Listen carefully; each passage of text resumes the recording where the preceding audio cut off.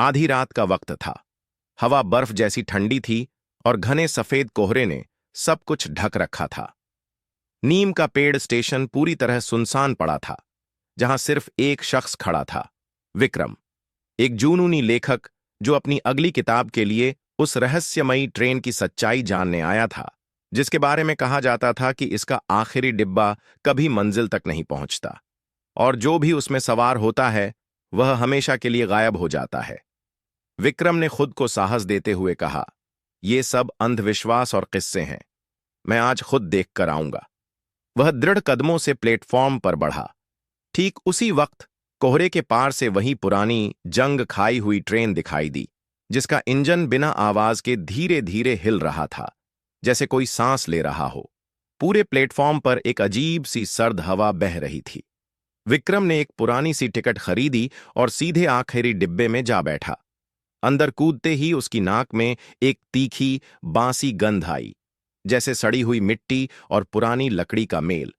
पूरा डिब्बा खाली था, सिवाय धुंध और उमड़ती शैडोज के।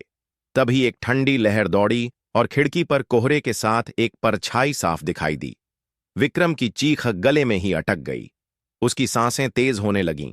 हर तरफ से पैरों की आवाजें, फुसफुसाहटें और कभी-कभी दूर से आती चीखों की गूंज सुनाई दे रही थी। जैसे जैसे ट्रेन आगे बढ़ी, विक्रम को डिब्बे के एक कोने से एक बच्चे की हंसी जैसी आवाज सुनाई दी।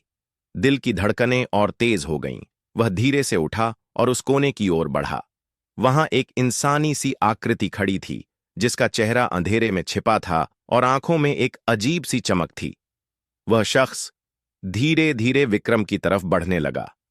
विक्रम पीछे हटते हुए देखता रहा कि डिब्बे की दीवारें टेढ़ी मेढ़ी होकर सिकुड़ने और लंबी होने लगी थीं।